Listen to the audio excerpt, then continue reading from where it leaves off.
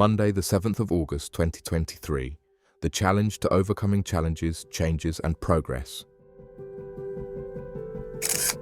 Copacabana, Rio de Janeiro, 30 degrees, hot, sunny, clear sky. Please like and subscribe if you enjoyed this video and think it has been helpful.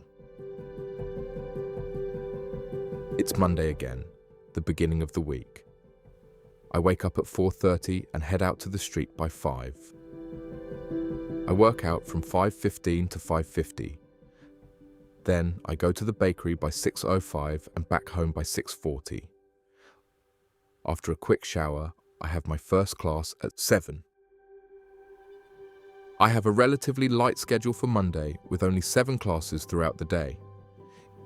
In the past, it was typical to have an average of at least 10 classes from Monday to Thursday. However, due to economic challenges in Brazil and subsequent recessions, it became increasingly difficult to hire teachers who could match my level of tuition.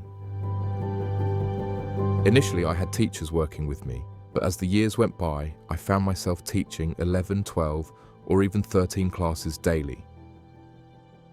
Everything came to a halt with the lockdown due to the pandemic. Even though I couldn't receive any students at the school, I maintained it for a year since the beginning of the lockdown, always hoping, like everybody else, that the pandemic would soon be over. But it never happened when we expected.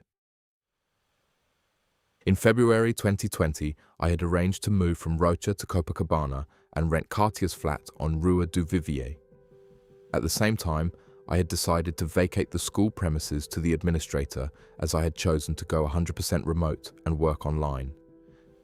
This turned out to be one of the best decisions of my life. I suddenly fell ill with acute appendicitis in the middle of these changes. If I hadn't received treatment that day, I would have died within one more day. I had to stay in a municipal hospital in Rio for more than a week, and it was an unforgettable experience that I will share in the future. So, having 7 classes in one day is nothing for me. I gathered the courage between classes to start working on the sites again. It turned out to be very rewarding. It is clear to me that whenever we start something new, we essentially know nothing about it.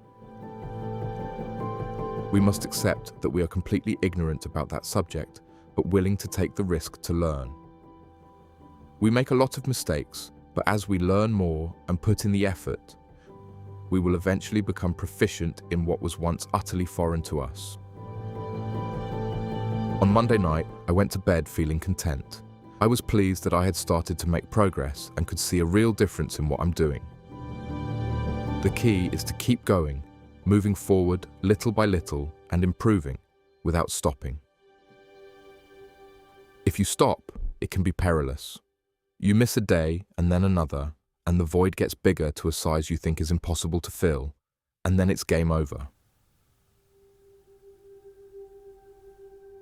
Never stop. We can't stop. If we stop, we're screwed.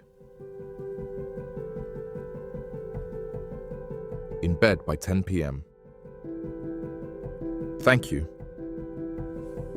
Thanks for reading this blog post. Please explore my other posts and share your thoughts in the comments section. Richard.